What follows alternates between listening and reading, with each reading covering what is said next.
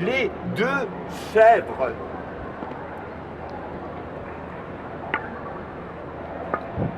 Les deux chèvres. Dès que les chèvres ont brouté, certain esprit de liberté leur fit chercher fortune. Elles vont en voyage vers les endroits du pâturage, les moins recherchés des humains.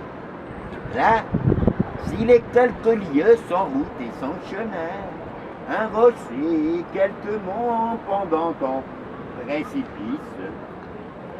C'est tous ces dames vont promener leur caprice. Rien ne peut arrêter cet animal grimpant. Deux chèvres, donc, s'émancipant, toutes deux ayant pattes blanches, quittèrent les bas-prés, chacune de sa part. L'une vers l'autre allait pour quelque bon hasard. Un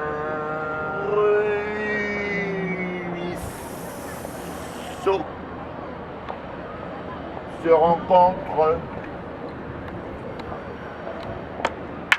et pour pont une planche. Deux belettes à peine auraient passé de front sur ce pont.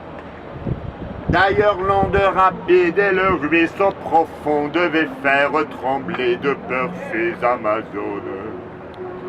Malgré tant de dangers, l'une de ces personnes pose un pied sur la planche et l'autre en fait autant. Je m'imagine voir avec l'eau le grand Philippe IV qui s'avance sur l'île de la Conférence.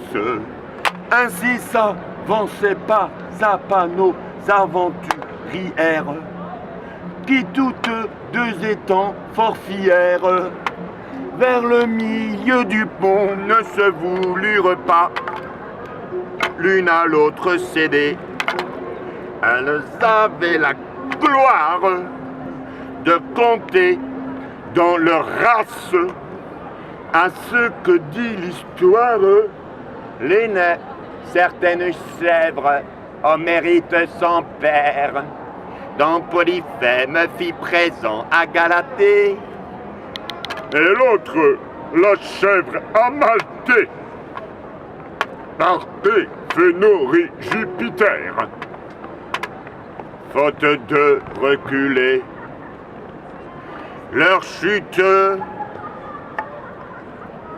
fut commune, toutes deux tombèrent dans l'eau. Et cet accident n'est pas nouveau dans le chemin de la fortune.